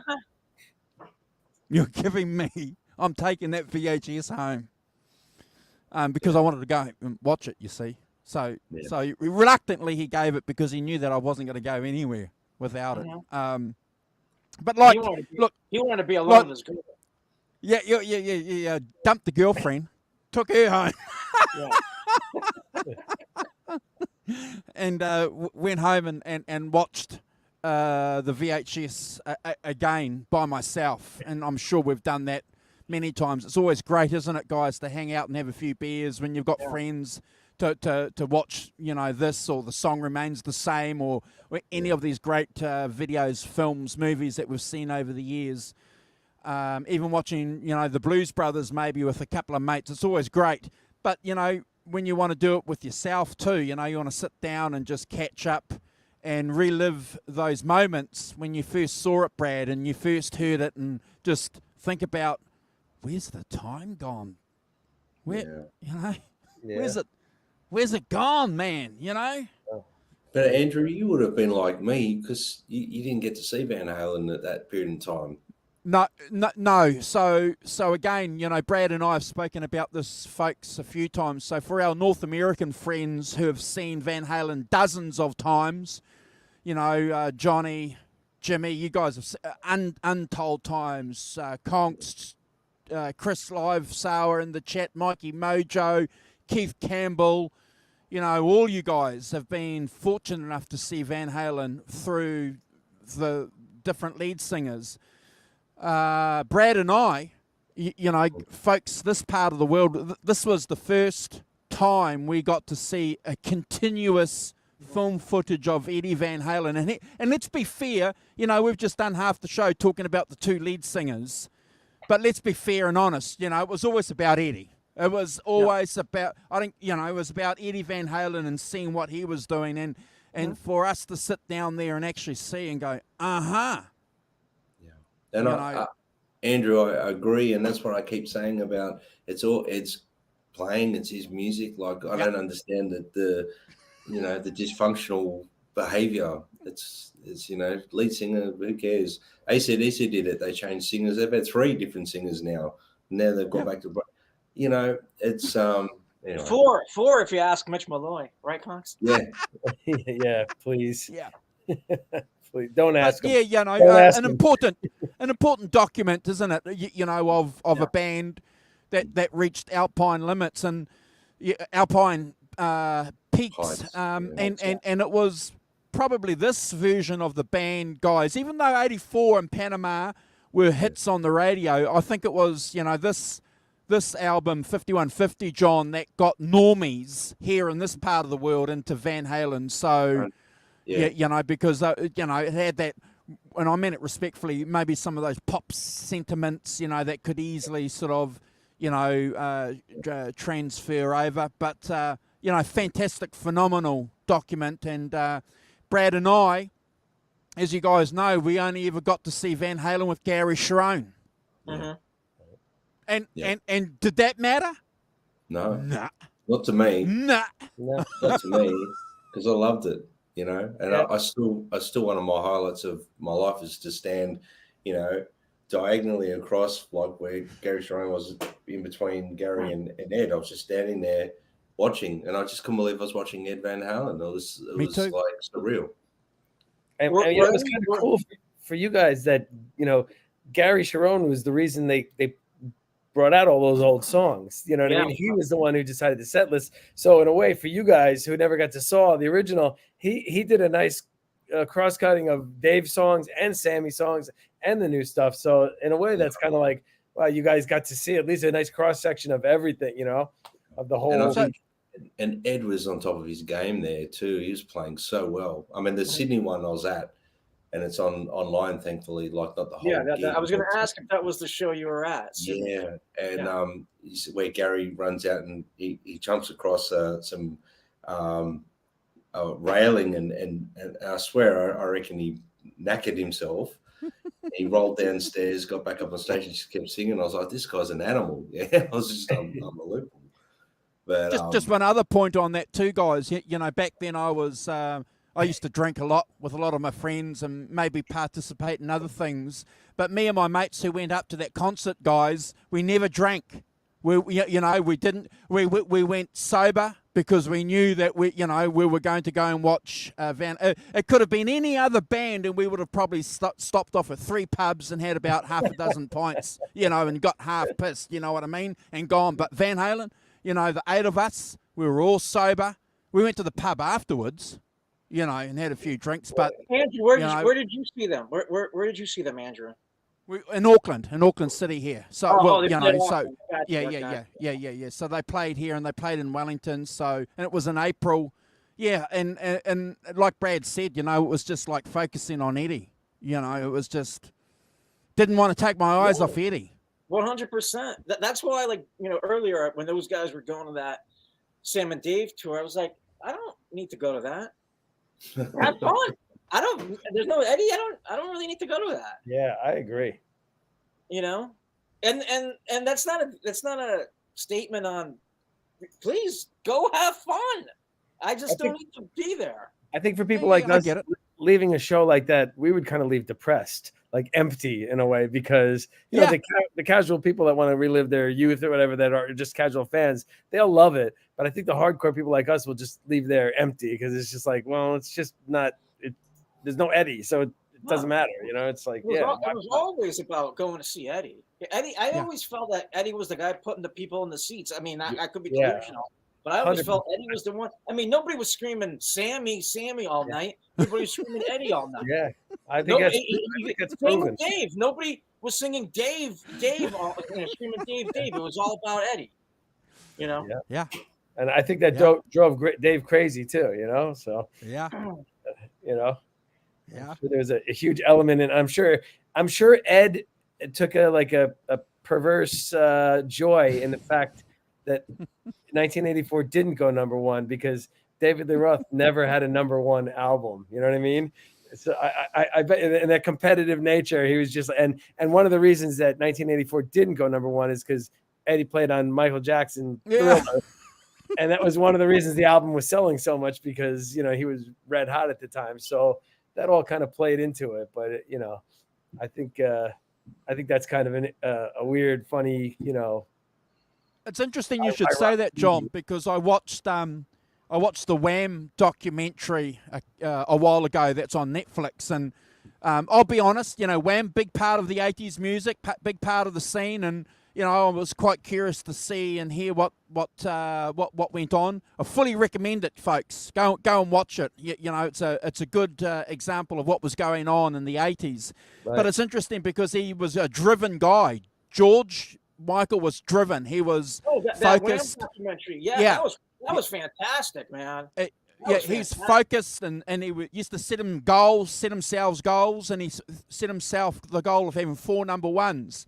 And it was a little bit like the Eddie Van Halen thing, because he would have got 4 number ones with Last Christmas, but because they came out with that Do They Know It's Christmas by Band Aid, which he features on, knocked his Do They Know It's Christmas off from being a number one. So, and he talks about that, and he goes, I was a little bit actually pissed off, because it didn't get number one, but it would have been nice. And I like the fact, though, that these guys and girls tell us, that they're driven. They have to be, don't they, Jimmy? To achieve the success that they've got to be. They don't just it doesn't just happen. No, you know what I mean?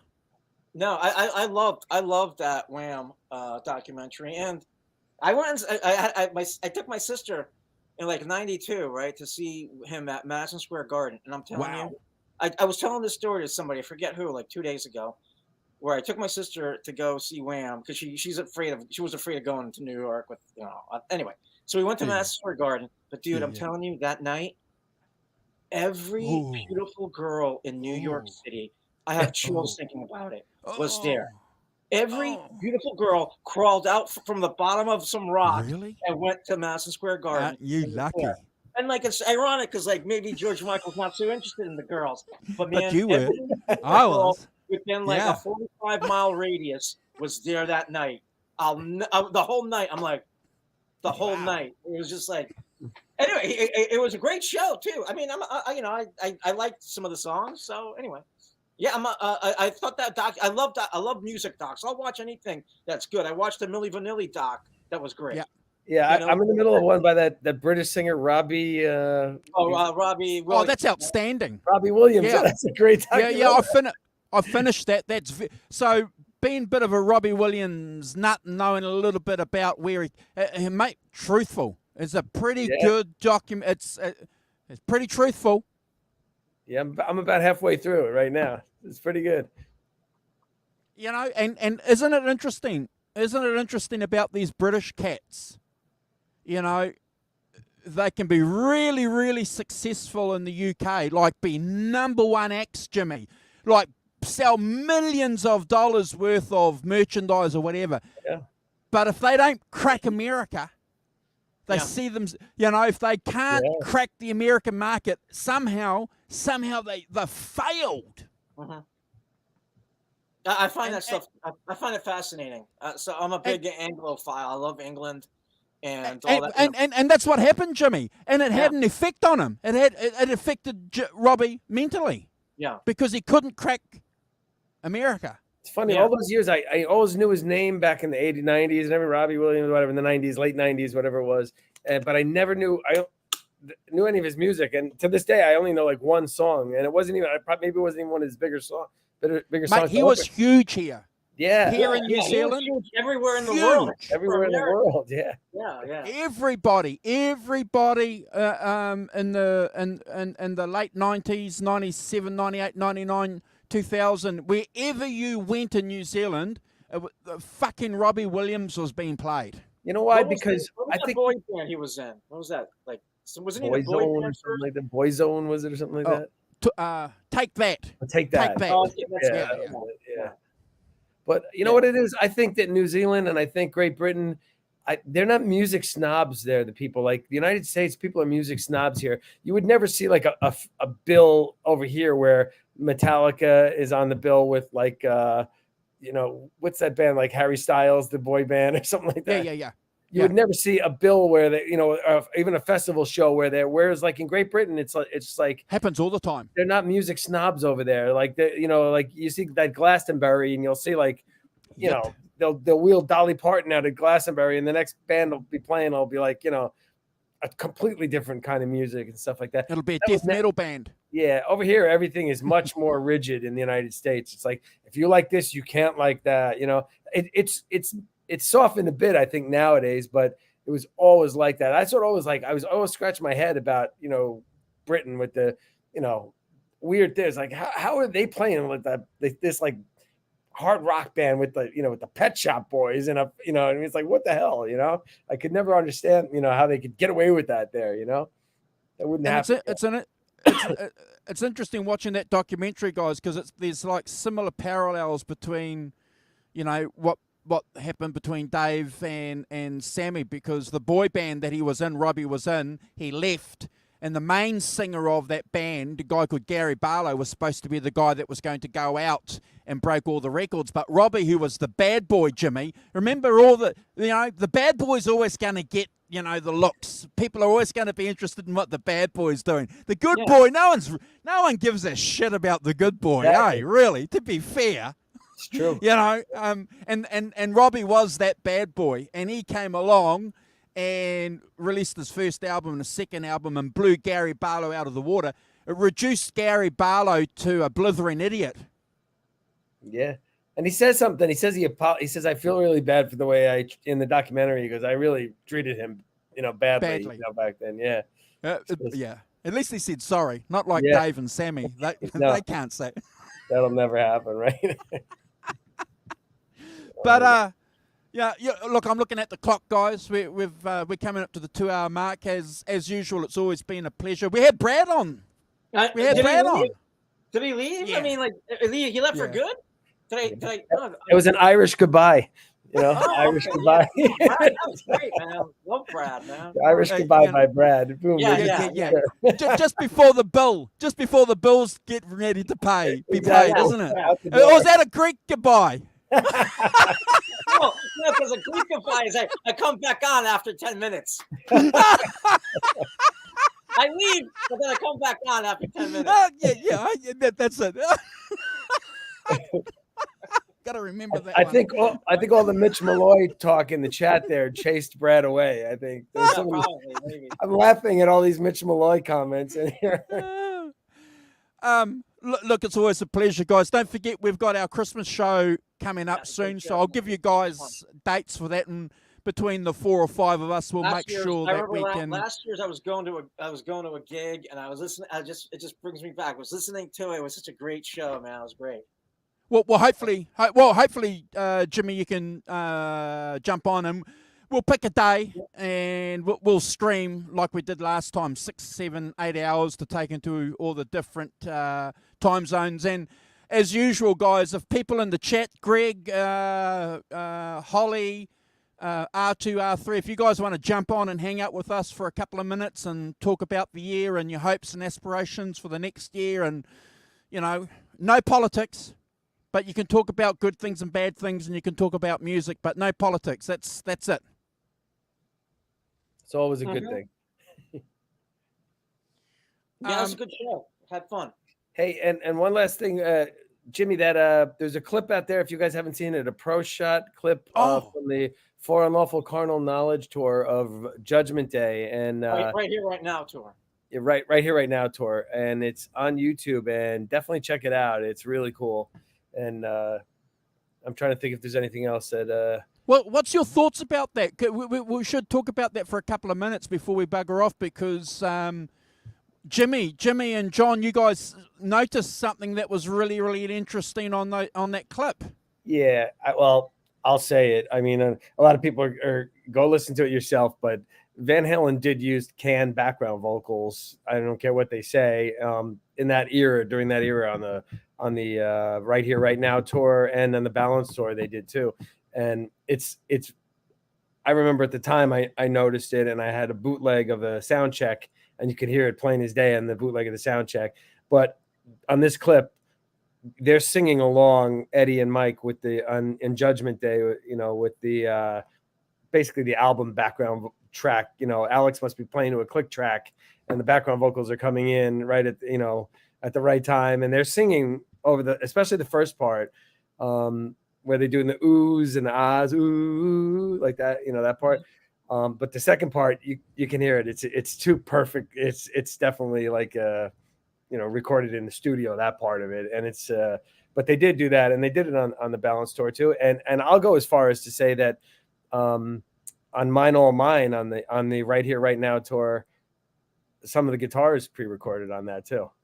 When I saw them at the Orange County Speedway, it right away I could hear it. There's that part where they're doing the oohs, that little break, and Eddie's playing on the Strat on the album and everything, but on there it's so clean, and it's just like there's just no way that he's playing that part live there. If you look at I can point it out to you, the couple of bootlegs of there, in particular that show that I'm talking about, the Orange County Speedway of in Middletown, New York, and July 6th, 1993. But they open up with Mine All Mine, and you can, if you listen close, you can hear. And there's a few other times they played it around that era that you could hear the guitars. Actually, that track for that part of it is not live for sure, and the background vocals are here. I know some people might start thinking it's controversy, but it just is what it is. On those two tours, they definitely did it. That's the only two that I believe they ever did it on, was the Right Here, Right Now and Balance tour. But, and if you look back on Jon Stewart show, when they did Can't Stop Loving You in Amsterdam on there, when they did Can't Stop Loving You, you could hear how thick Mike's voice is. He's doing the once again, the oohs, the high ooh. You can hear it's like doubled on there, and it's I don't know. Go check it out. But Jimmy, you noticed something else on that clip too. Some extra cameras, bro. Yeah, that you could tell that. First of all, that was the first time I thought I'd seen everything Van Halen. I hadn't seen that one before, and it's so professionally shot. It's like, where the hell is the rest of it, man? There's cameras on Mikey. There's cameras on everybody. You can see. It looks like it was just cut out of a full concert.